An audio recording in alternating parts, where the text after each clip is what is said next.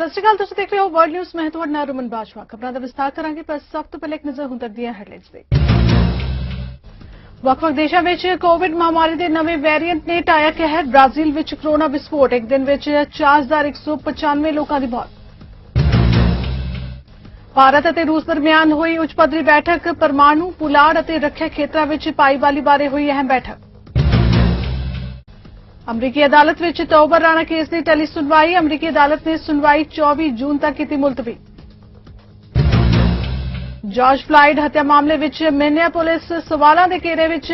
Case ਦੀ ਸੁਣਵਾਈ ਅਤੇ ਗਵਾਹੀਆਂ ਦਾ ਸਿਲਸਿਲਾ ਜਾਰੀ। ਬੀਤੇ ਹਫ਼ਤੇ ਕੁੱਲ 19 ਗਵਾਹੀਆਂ ਭੁਗਤੀਆਂ।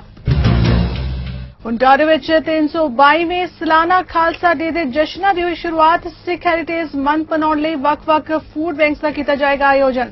24 ਅਪ੍ਰੈਲ ਨੂੰ ਗੁਰਦੁਆਰਾ ਪ੍ਰਬੰਧਕ ਕਮੇਟੀਆਂ ਤੇ ਜਥੇਬੰਦੀਆਂ ਦੇ ਸਹਿਯੋਗ ਨਾਲ ਰਾਈਡ ਤੇ ਫੂਡ ਡਰਾਈਵ ਦਾ ਆਯੋਜਨ। ਪੂਰਾ ਅਪ੍ਰੈਲ ਮਹੀਨਾ ਜਾਰੀ ਰਹੇਗੀ ਇਹ drive.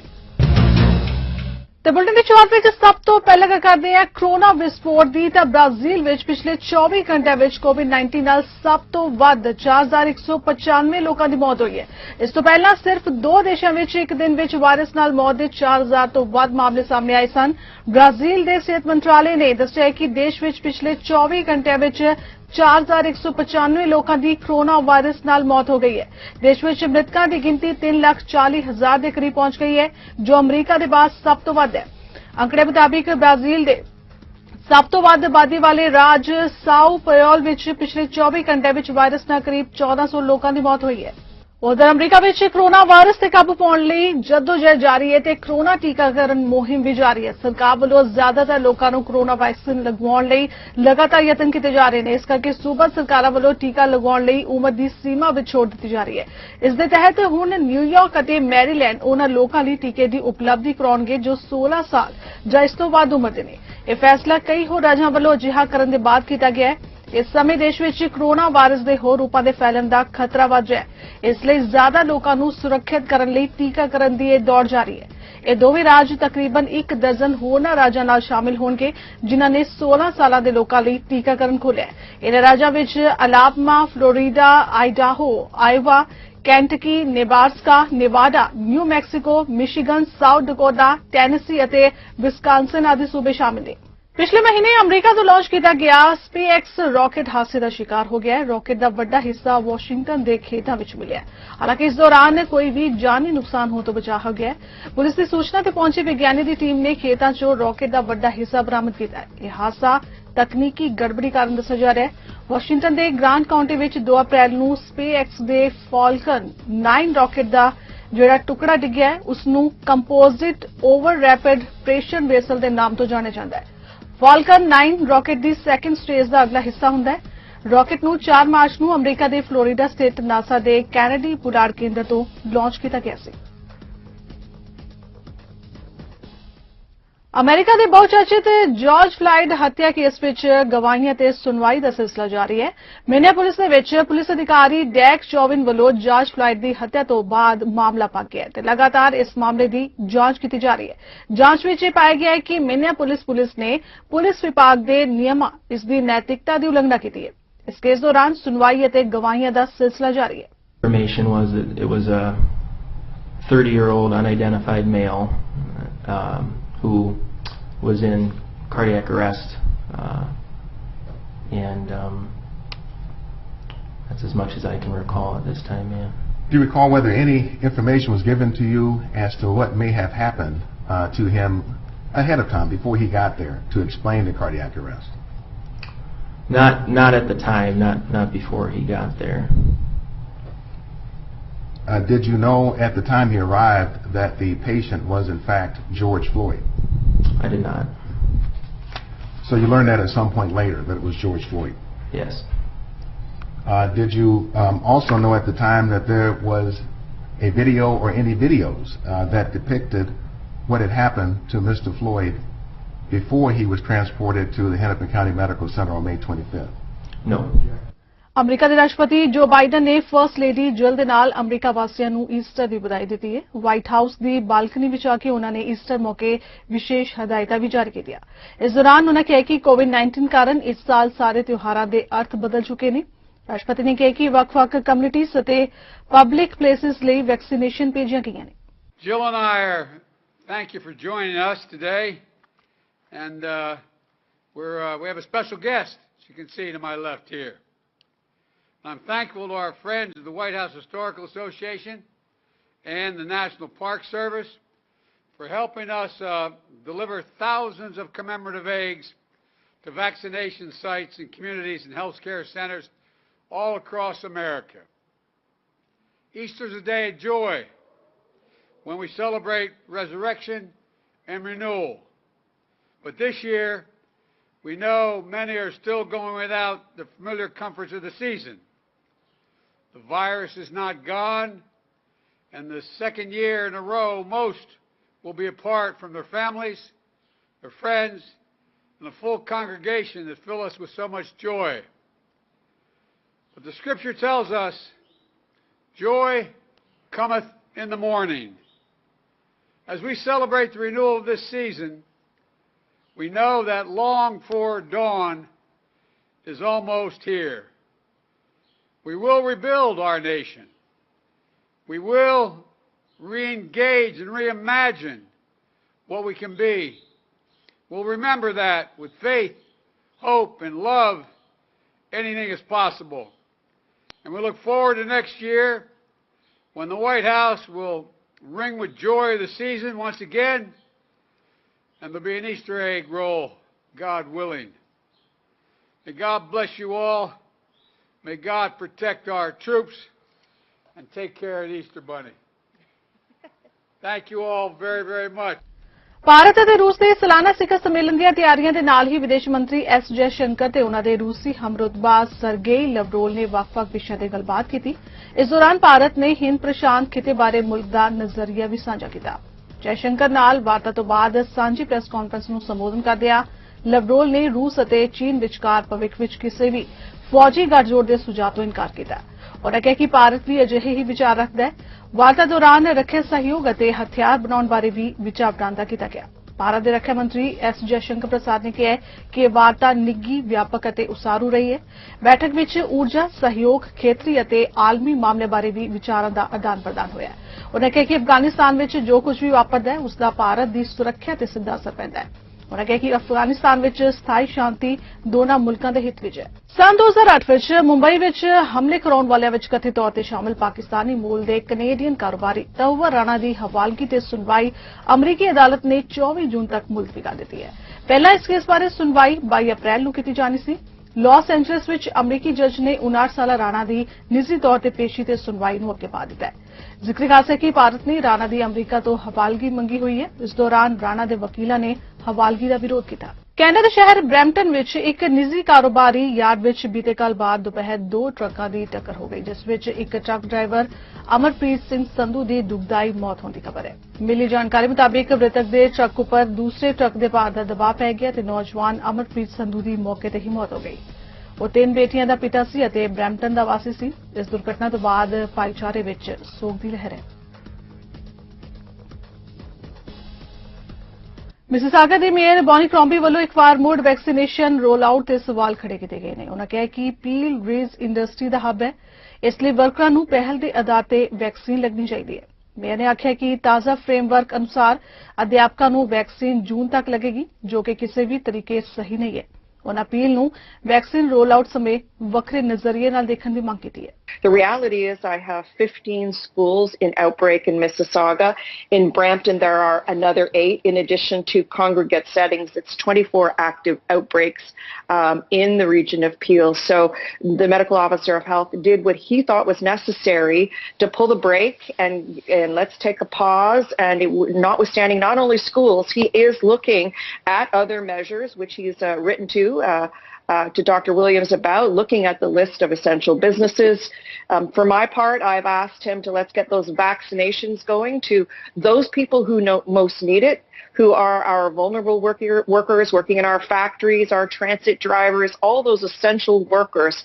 Let's target those workplaces. I'm not sure that the age cohort framework is working effectively in Peel. I think we need to get it to the workplaces. That seems to be how the virus is circulating in Peel. Provincial सरकार ਵੱਲੋਂ ਸਕੂਲਾਂ ਨੂੰ ਖੁੱਲ੍ਹਾ ਰੱਖਣ ਦੀ ਕੋਸ਼ਿਸ਼ ਦੇ ਬਾਵਜੂਦ peel reason ਦੇ ਸਕੂਲਾਂ ਨੂੰ ਬੰਦ ਕਰ ਦਿੱਤਾ ਗਿਆ ਹੈ। ਬਰੈਂਪਟਨ, ਕੈਲਡਨ ਤੇ ਮਿਸਿਸਾਗਾ ਦੇ ਸਕੂਲਾਂ ਵਿੱਚ ਹੁਣ 6 ਅਪ੍ਰੈਲ ਤੋਂ 18 ਅਪ੍ਰੈਲ ਤੱਕ ਆਨਲਾਈਨ ਲਰਨਿੰਗ ਕਰਾਉਣ ਦੇ ਹੁਕਮ ਦਿੱਤੇ ਗਏ ਨੇ। ਮੈਡੀਕਲ ਅਫਸਰ ਆਫ ਹੈਲਥ ਡਾਕਟਰ ਲਾਰੈਂਸ ਲੋ ਵੱਲੋਂ health protection and promotion act ਦੀ ਧਾਰਾ 22 ਤਹਿਤ ਆਪਣੀਆਂ ਵਿਸ਼ੇਸ਼ ਸ਼ਕਤੀਆਂ ਦੀ ਵਰਤੋਂ ਕਰਕੇ ਸਕੂਲਾਂ ਨੂੰ ਬੰਦ ਕਰਨ ਦੇ ਹੁਕਮ ਦਿੱਤੇ ਗਏ ਨੇ। ਉਨ੍ਹਾਂ ਆਖਿਆ ਕਿ ਦਿਨੋ ਦਿਨ ਕੋਰੋਨਾ ਵਾਇਰਸ ਦੇ ਵੱਖ-ਵੱਖ ਵੇਰੀਐਂਟਸ ਦੇ ਵੱਧ ਰਹੇ ਮਾਮਲਿਆਂ ਤੇ ਇਸ ਦੀ ਲੜੀ ਨੂੰ ਤੋੜਨ ਲਈ ਅਤੇ ਆਪਣੇ ਸਕੂਲਾਂ ਨੂੰ ਸੁਰੱਖਿਅਤ ਰੱਖਣ ਲਈ ਇਹ ਫੈਸਲਾ ਕੀਤਾ ਜਾਣਾ ਬੇहद ਜ਼ਰੂਰੀ ਸੀ। यूनिफॉर्म एम्प्लॉयज यूनियन के नेशनल प्रधान जैरी डाइस ने कहा कि सारे ही वर्कर जो काम ते जा रहे हैं वो जरूरी वर्कफोर्स है, इसलिए उन्हों की वैक्सीनेशन लिए सरकार को खास रणनीति अपनानी चाहिए है। जिन्हें फोर्स सरकार ते उंगल चुकते हुए कहा कि कंजरवेटिव सरकार ने पेड सिक लीव लागू नहीं की अते इन्हां हालातां विच वर्करां कोल काम ते जाण तो इलावा होर कोई चारा नहीं, इसलिए सरकार उन्हां दे वैक्सीन जरूर लगवाए। We're saying to the workers, you're essential. We need you. We're depending on you. We're depending on you to show up every day. So we're moving forward on the healthcare workers, but grocery store workers every single day showing up for work, transit drivers, teachers, police, fire, I can walk through the list. If we're sending them to work each and every day, then look, we better protect them. And I think that's fair. My father's 91 years old, Evan. He's had his shots, and I'm happy about that. But is he exposed? No. Is he spending his time in the house? Yes.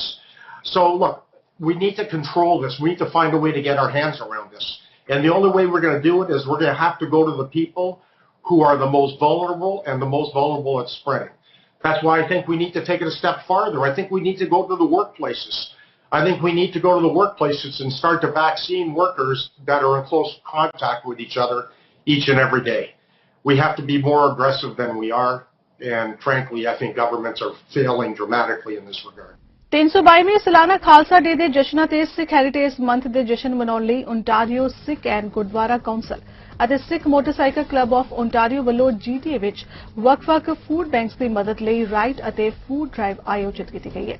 ਅਪ੍ਰੈਲ ਮਹੀਨੇ ਦਾ ਸਿੱਖਾਂ ਲਈ ਹਮੇਸ਼ਾ ਵਿਲੱਖਣ ਮਹੱਤਵ ਰਿਹਾ ਹੈ।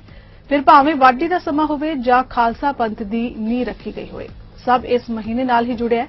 ਇੱਕ ਸਮਾਂ ਹੁੰਦਾ ਹੈ ਜਦੋਂ ਅਸੀਂ ਆਪਣੇ ਦਿਲ ਤੇ ਵਿੱਤੀ ਵਸੀਲੇ ਲੋੜਵੰਦਾਂ ਲਈ ਖੋਲ੍ਹਦੇ ਹਾਂ ਤੇ ਮਹਾਮਾਰੀ ਦੇ ਇਸ ਦੌਰ ਵਿੱਚ ਇਹ ਸਭ ਕਰਨਾ ਹੋਰ ਵੀ ਜ਼ਰੂਰੀ ਹੋ ਜਾਂਦਾ ਹੈ। इस दौरान 24 अप्रैल 2021 ਨੂੰ सोशल डिस्टेंसिंग ਨੂੰ ਬਰਕਰਾਰ ਰੱਖਦੇ ਹੋਇਆਂ ਇੱਕ ਮੋਟਰਸਾਈਕਲ ਰਾਈਡ ਕਰਨੀ ਜਾਏਗੀ। ਇਹ ਰਾਈਡ ਸਿੱਖ ਹੈਰੀਟੇਜ ਗੁਰਦੁਆਰਾ ਸਾਹਿਬ ਬਰੈਂਪਟਨ ਤੋਂ ਸ਼ੁਰੂ ਹੋ ਕੇ ਨਗਰ ਕੀਰਤਨ ਵਾਲੇ ਰੂਟ ਉਤੇ ਹੁੰਦਿਆਂ ਹੋਇਆ ਡਾਊਨਟਾਊਨ ਟੋਰਾਂਟੋ ਤੋਂ ਲੰਘ ਕੇ ਗੁਰਸਿੱਖ ਸਭਾ ਕੈਨੇਡਾ ਸਟਾਬੋਰੋ ਉਤੇ ਮੁੱਕੇਗੀ ਅਤੇ ਫਿਰ ਉਥੇ ਹੀ ਇਕੱਠਾ ਕੀਤਾ ਗਿਆ ਫੂਡ ਵੱਖ-ਵੱਖ ਫੂਡ ਬੈਂਕਸ ਨੂੰ ਦਿੱਤਾ ਜਾਏਗਾ। ਇਸ ਦੌਰਾਨ GTA ਭਰ ਵਿੱਚ ਆਪਣੇ ਨੇੜਲੇ ਗੁਰਦੁਆਰਾ ਸਾਹਿਬ ਵਿਖੇ ਖਰਾਬ ਨਾ ਹੋਣ ਵਾਲੀਆਂ ਫੂਡ ਆਈਟਮਸ ਦਿੱਤੀਆਂ ਜਾ ਸਕਦੀਆਂ ਨੇ ਤੇ ਆਉਣ ਵਾਲੇ ਹਫ਼ਤਿਆਂ ਵਿੱਚ ਉਹਨਾਂ ਲੋਕੇਸ਼ਨਾਂ ਬਾਰੇ ਦੱਸਿਆ ਜਾਏਗਾ ਜਿੱਥੇ ਫੂਡ ਆਈਟਮਸ ਦਿੱਤੀਆਂ ਜਾ ਸਕਦੀਆਂ ਨੇ। ਟੋਰਾਂਟੋ ਦੇ ਮੇਅਰ ਜੌਨ ਟੋਰੀ ਨੇ ਸਿਟੀ ਆਫ ਟੋਰਾਂਟੋ ਅੰਦਰ ਕੋਵਿਡ-19 ਵੈਕਸੀਨ ਰੋਲ ਆਊਟ ਪ੍ਰਕਿਰਿਆ ਬਾਰੇ ਜਾਣਕਾਰੀ ਦਿੱਤੀ ਹੈ। ਉਹਨਾਂ ਦੱਸਿਆ ਕਿ ਸ਼ਹਿਰ ਅੰਦਰ ਕੋਵਿਡ-19 ਵੈਕਸੀਨ ਲਈ ਇੱਕ ਹੋਰ ਕਲੀਨਿਕ ਦੀ ਸ਼ੁਰੂਆਤ ਕੀਤੀ ਗਈ ਹੈ ਤੇ ਵੈਕਸੀਨ ਦੇ ਲਈ ਬੁਕਿੰਗ ਕਰਵਾਈ ਜਾ ਸਕਦੀ ਹੈ। ਉਹਨਾਂ ਦੱਸਿਆ ਕਿ ਪ੍ਰਸ਼ਾਸਨ ਵੱਲੋਂ ਮੁਲਾਂਕਣ ਕੀਤਾ ਗਿਆ ਕਿ ਵੈਕਸੀਨ ਪ੍ਰਕਿਰਿਆ ਕਿੰਨੀ ਪ੍ਰਭਾਵਿਤ ਸਿੱਧ ਹੋ ਰਹੀ ਹੈ। Vaccine clinic to open, and it's opening today officially at 11 o'clock. Appointments are booked, but there are still appointments that are available, but you need to have an appointment in order to come here. And for those who don't know where the hangar is, it is not surprisingly in Downsview Park, which was formerly an airport, hence you have a hangar here, but you can see it's all set up and ready to receive people this morning, many hundreds and thousands of people over the coming days. We have seen how successful our vaccination clinics have been in our effort to vaccinate as many residents as quickly as we possibly can. The opening of this new clinic is another step forward in our Team Toronto effort to vaccinate as many residents of the city as possible as soon as we can.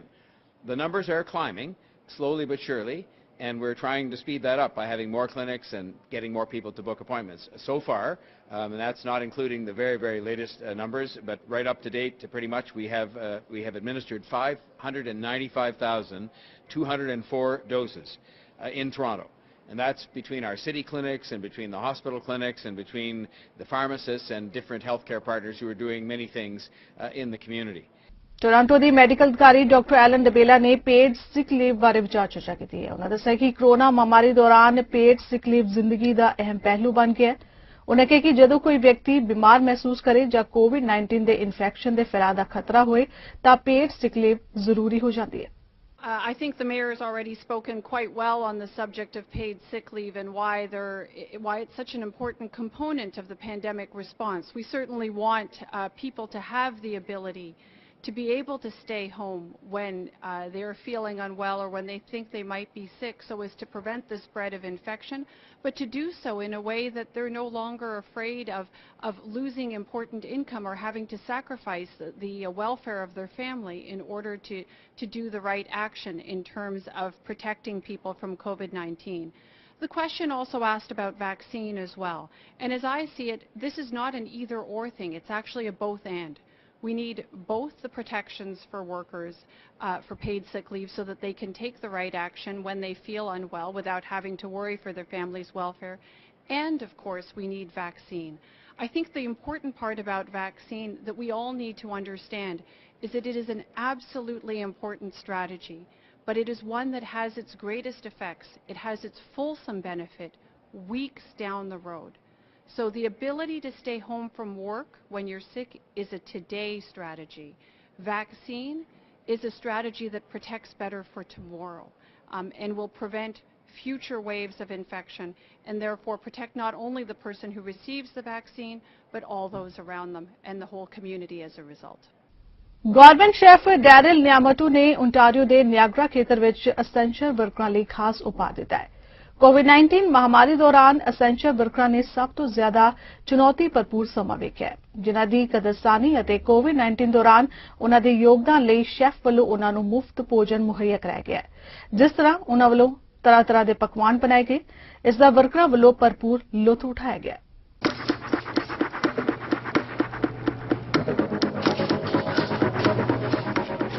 Chicken noodle first. Chicken, carrots, our onion. So if that's the chicken noodle, right? And here's some sticky toffee, and then here is our vegetarian one. Healthcare workers, they're still working double shifts and 6 and 7 days a week, so this is really thoughtful for them. Well, we appreciate all that they do. Pleasure meeting you. Hey, pull up.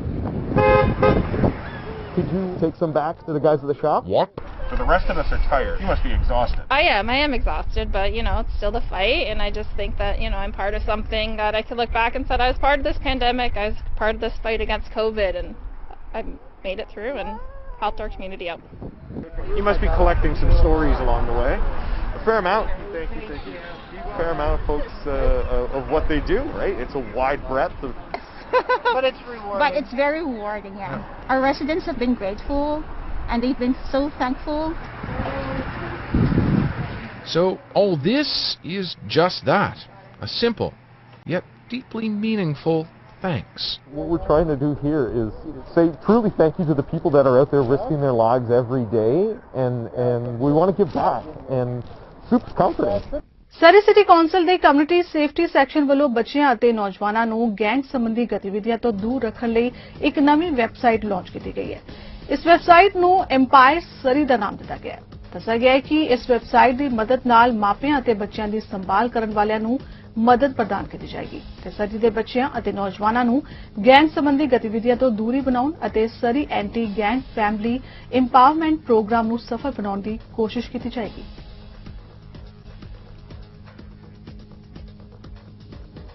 ਗਜ਼ਲ ਮੰਚ ਸਰੀ ਵੱਲੋਂ beer park ਸਰੀ ਦੇ ਖੁੱਲੇ park ਵਿੱਚ ਖੂਬਸੂਰਤ ਮੌਸਮ ਦਾ ਆਨੰਦ ਆਪਣੇ ਸ਼ਾਇਰਾਨਾ ਅੰਦਾਜ਼ ਵਿੱਚ ਮਾਣਿਆ ਗਿਆ। ਇਸ ਮੌਕੇ ਕਾਵ ਮਹਿਫਲ ਸਜਾਈ ਗਈ, ਜਿਸ ਦਾ ਆਗਾਜ਼ ਇੰਦਰਜੀਤ ਧਾਮੀ ਦੀ ਖੂਬਸੂਰਤ ਕਵਿਤਾ ਨਾਲ ਹੋਇਆ। ਇਸ ਮੌਕੇ ਪੰਜਾਬੀ ਸਾਹਿਤ ਜਗਤ ਦੇ ਵੱਖ-ਵੱਖ ਉੱਘੇ ਸ਼ਾਇਰਾਂ ਨੇ ਆਪਣੀਆਂ ਕਵਿਤਾਵਾਂ, ਸ਼ਾਇਰੀ ਅਤੇ ਗਜ਼ਲਾਂ ਰਾਹੀਂ ਕੁਦਰਤ ਤੇ ਅਜੋਕੀ ਲੋਕਾਈ ਦੇ ਮਾਹੌਲ ਵਿੱਚ ਰੰਗ ਭਰਿਆ। ਆਓ ਸੁਣਦੇ ਹਾਂ।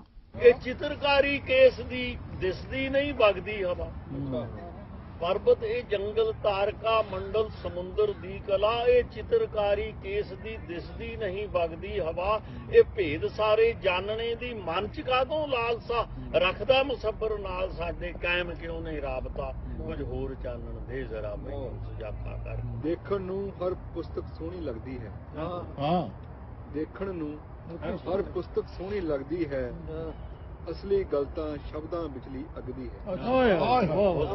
ਅਸਲੀ ਗੱਲ ਤਾਂ ਸ਼ਬਦਾਂ ਵਿਚਲੀ ਅਗਦੀ ਹੈ। ਕੀ ਬਾਤ। ਸੀਨੇ ਵਿੱਚ ਹੈ ਤਪਦਾ ਮਾਰੂ ਥਲ ਭਾਵੇਂ, ਹਾਂ ਸੀਨੇ ਵਿੱਚ ਹੈ ਤਪਦਾ ਮਾਰੂ ਥਲ ਭਾਵੇਂ ਅੱਖਾਂ ਵਿੱਚ ਇੱਕ ਸੀਤ ਨਦੀ ਪਰ ਵਗਦੀ। ਮਿਲਣ ਆਉਂਦੇ ਨੇ ਅਕਸਰ ਹੀ ਮਿਲਣ ਆਉਂਦੇ ਨੇ ਅਕਸਰ ਹੀ ਉਹ ਮੈਨੂੰ ਰੁੱਖ ਸਮਝਦੇ ਨੇ। ਮਿਲਣ ਆਉਂਦੇ ਨੇ ਅਕਸਰ ਹੀ ਉਹ ਮੈਨੂੰ ਰੁੱਖ ਸਮਝਦੇ ਨੇ। ਇਕੱਲਤਾ ਦਾ ਪਰਿੰਦੇ ਹੀ ਤਾਂ ਇੱਥੇ ਦੁੱਖ ਸਮਝਦੇ ਨੇ। ਸੂਲਾਂ ਦੀ ਸੇਜ ਉੱਤੇ ਵੀ ਟਹਿਕਣਾ ਹੈ ਪੈਂਦਾ। ਅੱਛਾ ਸੂਲਾਂ ਦੀ ਸੇਜ ਉੱਤੇ ਵੀ ਟਹਿਕਣਾ ਹੈ ਪੈਂਦਾ। ਵੰਡਦੇ ਨੇ ਫਿਰ ਹੀ ਖੁਸ਼ਬੂ ਸੂਹੇ ਗੁਲਾਬੀਆਂ। ਬਹੁਤ ਵਧੀਆ। ਸੂਲਾਂ ਦੀ ਸੇਜ ਉੱਤੇ ਵੀ ਟਹਿਕਣਾ ਹੈ ਪੈਂਦਾ। ਵੰਡਦੇ ਨੇ ਫਿਰ ਹੀ ਖੁਸ਼ਬੂ ਸੂਹੇ ਗੁਲਾਬ ਯਾਰੋ। ਇਹ ਸਾਥ ਜ਼ਿੰਦਗੀ ਦਾ ਪਰਸੇ ਸੁਰੀਲੇ ਸੁਰ ਨੂੰ। ਅੱਛਾ ਇਹ ਸਾਥ ਜ਼ਿੰਦਗੀ ਦਾ ਪਰਸੇ ਸੁਰੀਲੇ ਸੁਰ ਨੂੰ। ਛੋ ਕੇ ਕਦੇ ਤਾਂ ਦੇਖੋ ਇਸ ਦੀ ਰਬਾਬ ਯਾਰੋ। ਫਿਲਹਾਲ ਵਰਲਡ ਨਿਊਜ਼ ਵਿੱਚ ਇੰਨਾ ਹੀ। ਦੇਸ਼ ਉਹਨਾਂ ਦੀ ਬਾਕੀ ਖਬਰਾਂ ਦੀ ਜਾਣਕਾਰੀ ਲਈ ਤੁਸੀਂ ਬਣੇ ਰਹੋ ਸਾਡੇ ਨਾਲ। ਛੱਡੀਕਾ ਟਾਈਮ ਟੀਵੀ ਤੇ। ਧੰਨਵਾਦ।